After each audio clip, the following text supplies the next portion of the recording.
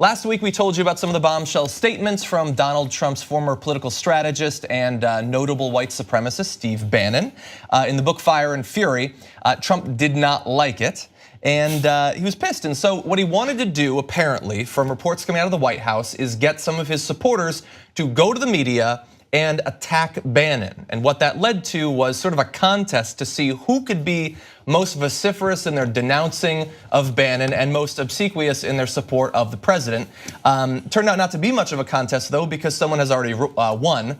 You're gonna see that in this clip from Stephen Miller and CNN's Jake Tapper. Did any of those people from that meeting meet with President Trump? As Bannon says, the chance that he didn't, Don Jr. didn't walk these Jamos up to his father's office on the 26th floor is zero. Can you just settle that for us? Did President Trump meet with any of the people?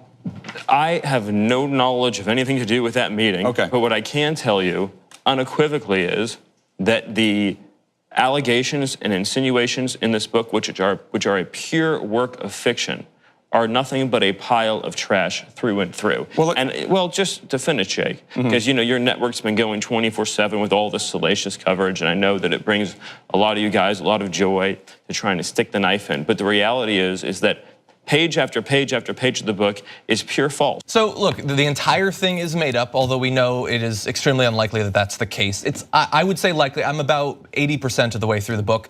I would imagine that some of it is probably either exaggerated or recalled in a way that's beneficial to the person doing the recalling. It is, for the most part, a book of the dueling factions inside of the White House giving information to this reporter. So it seems almost certain that they are presenting things to that reporter in a way that's beneficial to their side. But the idea that it's 100% made up, when reports are coming out that Donald Trump indeed did, this is a quote from Sebastian Gorka, that he did instruct them to talk with Michael Wolff. So we know those interviews happened. Well, we know that he was told to. We don't know that the president told him to talk to him, right? I believe that. I thought that he said that. When I read the Gorka perhaps stuff, you're right. It was just that he was instructed to. I didn't know that it was Trump that instructed him to. So the whole thing's garbage according to him, but it actually got far more aggressive, as you'll see in this next clip.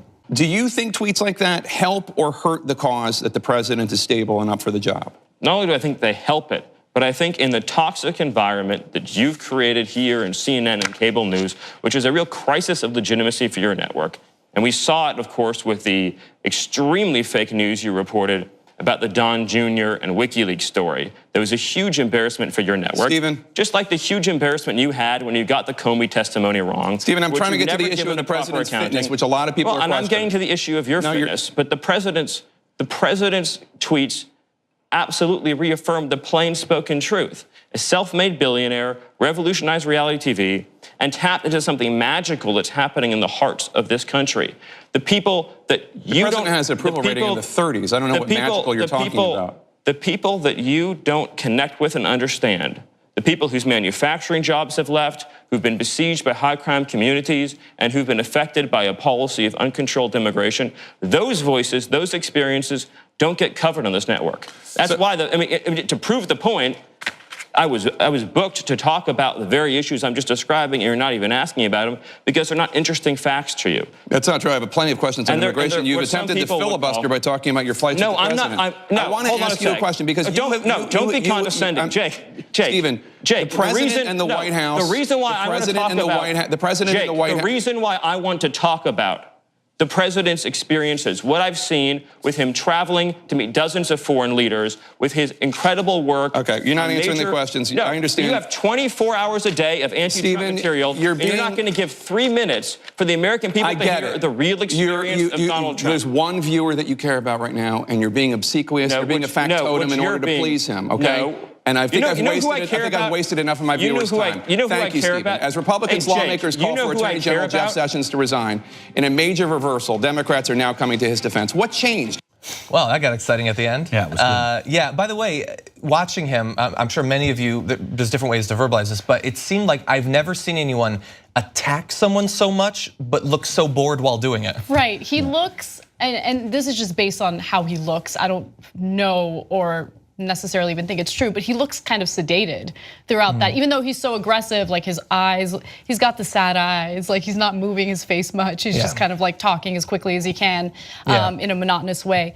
Yeah, he's described in the book as being not nearly as bright as he apparently thinks that he is. I mean, he's smart enough to go on the show and do what Jake Tapper is describing. Clearly, I mean, look, a lot of the guests that will go on a show like that will talk to advance a narrative, to present like an idea of what needs to happen in this country, which can be entirely deceitful, but at least you sort of get the goal. But he is going on there, as Jake Tapper describes, literally to lie to please one person, the president. And that, I've never lived in a third world dictatorship, but it feels like the sort of thing that you'd find there, where it's currying favor with the dear leader and not caring about anything else. I mean, Steve Miller, like pretending that he's the voice for disaffected and disillusioned America, that seems a little bit hard to buy. And to back up the thesis from Jake Tapper, this tweet went out immediately after from Donald Trump. Jake Tapper of fake news CNN just got destroyed in his interview with Stephen Miller of the Trump administration. Watch the hatred and unfairness of this CNN flunky.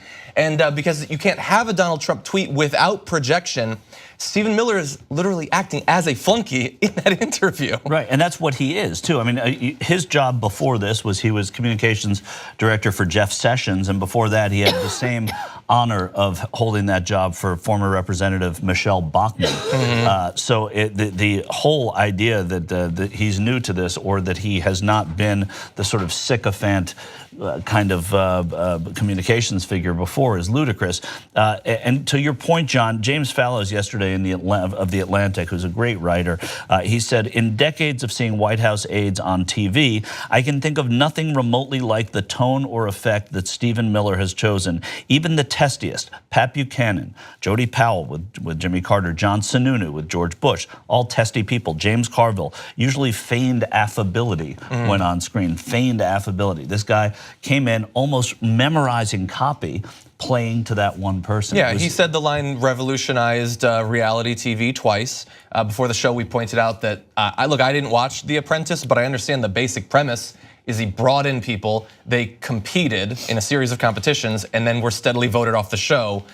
I'm not a historian of TV, but that doesn't seem like a revolution. Or if it was, it didn't start with The Apprentice. Oh yeah, it wasn't a renaissance, he just carried it forward. But he has to say those things. He has to call him a genius because he's trying to appeal purely to the president. So it's actually that whole appearance by Stephen Miller was pretty ironic, because the whole point of him being on there was to essentially speak out against the book, or the truthfulness of the book. And he's just reinforcing what the book's main thesis is, right? That Trump is this person who needs to be surrounded by individuals who, to his face, will tell him how great he is and how right he is, but behind his back, they have all sorts of insults regarding, his mental capability, his intelligence, his fitness for office, all of that stuff. I mean, he's just literally sitting there saying all of these great things about Trump that can't be backed up. And he got so incredibly offended when Jake Tapper, accused him of trying to please Trump or speak to his audience of one, when Trump's tweet proves that's exactly what happened. Trump was sitting there. By the way, he's sitting there watching a CNN segment. He's the president of the United States. He's sitting there watching Stephen Miller's performance and then immediately tweeting about how he destroyed Jake Tapper, which also he was at Camp David with congressional leaders, right? So he said, "Oh, everybody, stop doing what we came here to do, so we can watch Stephen Miller on Jake Tapper talk really nice things about me." I'm sorry, I'm gonna read one more tweet from Jim Fallows because it's important. The obvious difference would seem to be that all the rest were conscious of playing to larger audiences: the public, congressional foes and allies, the DC opinion machine, where it mattered they seemed likable. Miller does appear, as Tapper said, to have one person, one audience in mind, and that's unusual that this happens this way, and that's why Tapper's reaction to it I thought was so strong. Yeah, and so you might think, so look, obviously this is disconcerting, but why have this be the first story we talk about on the show? But I think it does matter that if you analyze based on our experience watching Donald Trump, but also the information given in the book, this is a person who desperately wants to be liked and is predominantly influenced by the last person he talked to, which means that at least hypothetically, if he was surrounded by the right sort of people who could manage the worst impulses of him, his psychological and mental deficiencies, then perhaps he could be pushed in a way that he's never gonna be a good person, he's never gonna be a good president, but maybe you could get a little bit of legislation that would help this country. We do have problems that could use some fixing.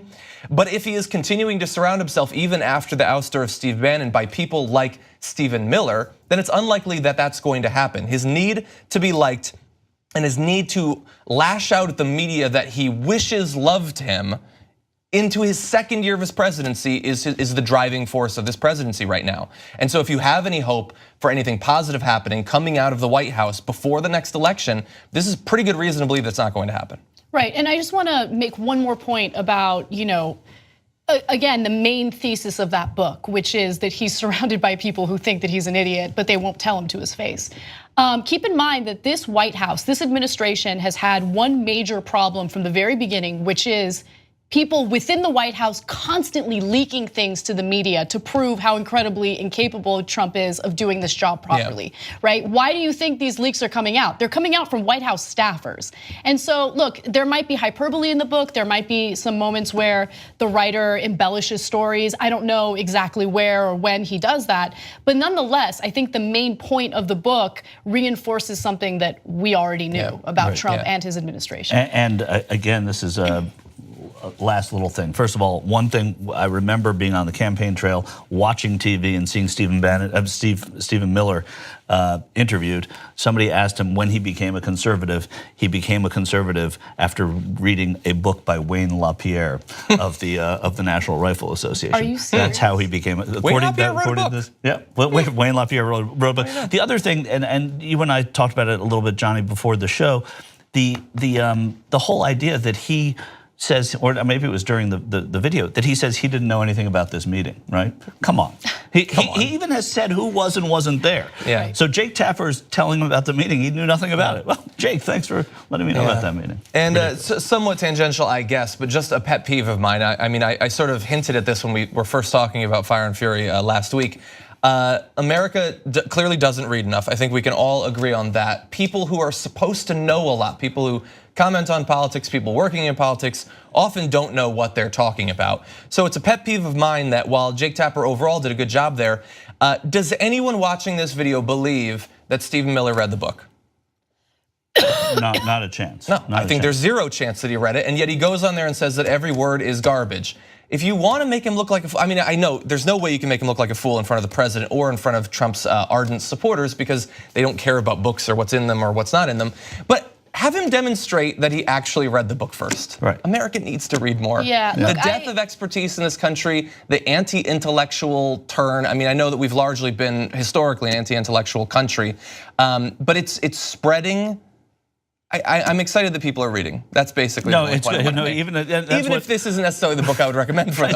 I'm excited that America's reading. The best thing about this, it was you, I think, because Ben called and said, John Iadarola said the best thing. He said, at least this is getting people to read, or we're talking about a book. We had, what you said. as a country, we also got a beer sponsorship out of this. That's true. Which is great too, I think. We've, I mean, you can basically we had Harry Potter, 50 Shades of Grey, and now this book, and I'm worried that there's nothing coming after it. But I can recommend some good books if you'd like something to read. If you like this video, bless your heart. We got a lot more where that came from. We do a full show every day, Monday through Friday. Come enjoy it ad-free by becoming a member. TYTnetwork.com/join.